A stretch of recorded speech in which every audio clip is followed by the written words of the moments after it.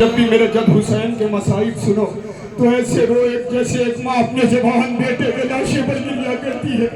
اولاد والے سناؤں جناب سکینہ کو کس طریقے سے شمر نے مارا تھا.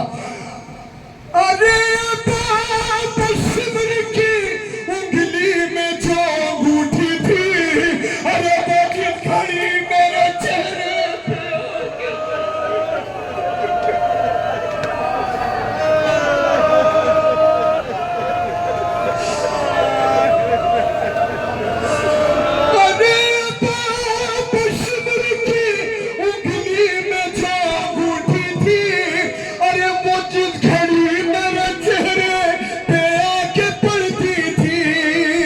میں دیکھ لیتی تھی اس وقت موت کا منظر.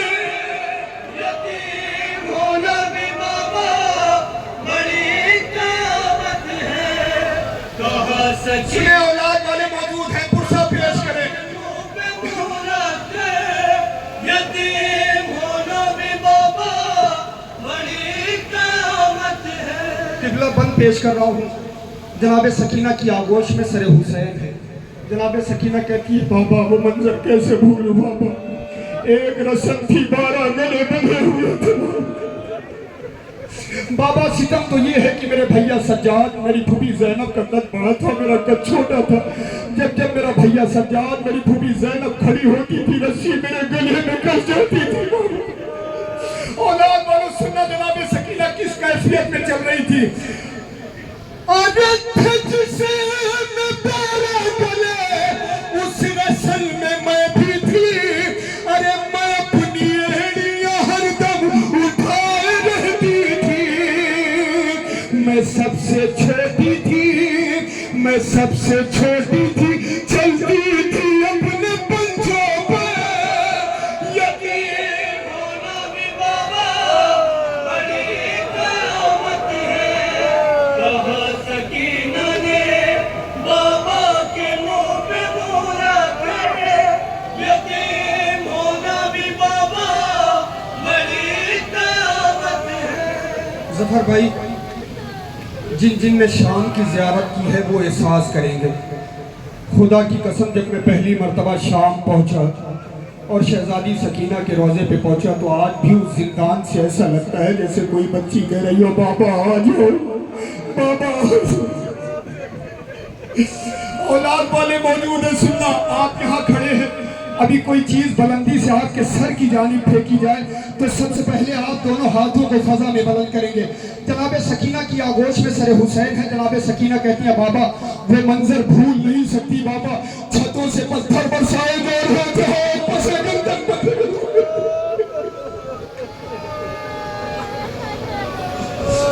چھتوں سے پتھر برسائے جا رہے تھے, ہاتھ پسے گردن بدھے ہوئے تھے بابا. ارے کبھی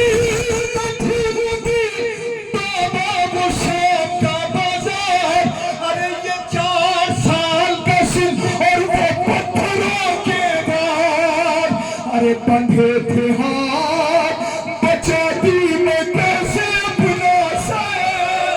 یتیم ہونا بھی بابا بڑی قیامت ہے, کہا سکینہ نے بابا کے منہ پہ منہ رکھے.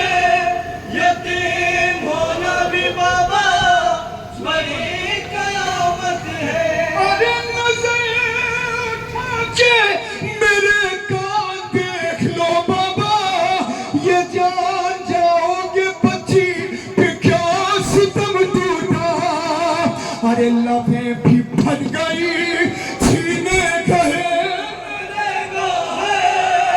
یتیم ہونا بھی بابا بڑی قیامت ہے, کہا سکینہ نے بابا کے منہ پہ منہ رکھے. یتیم ہونا بھی بابا بڑی قیامت ہے.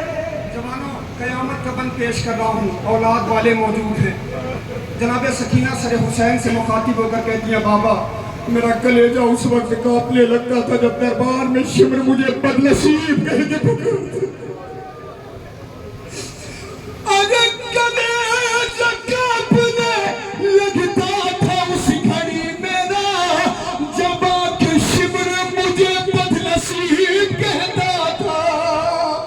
ارے بلک کے روتی تھی اس دم میں اپنی خلوت پر یتیم ہونا بھی بابا بڑی قیامت ہے کہا سکینہ نے بابا کے منہ پہ منہ رکھ کے یتیم ہونا بھی بابا بڑی قیامت ہے ظفر بھائی سنیں آپ پردیس میں رہتے ہیں اگر خدا نے آپ کو بیٹی عطا کی ہو تو وہ آپ احساس کر سکتے ہیں جب آپ پردیس کے لیے نکلتے ہیں تو جو آپ کی بیٹیاں ہوتی ہیں قدموں سے لپٹ کے پوچھتی ہیں نا بابا کب تک واپس آؤ گے بابا کب تک واپس آؤ گے جناب سکینہ کی آغوش میں سر حسین ہے جناب سکینہ کہتی ہے بابا عصر عاشور جو گیا وہ واپس نہ آئے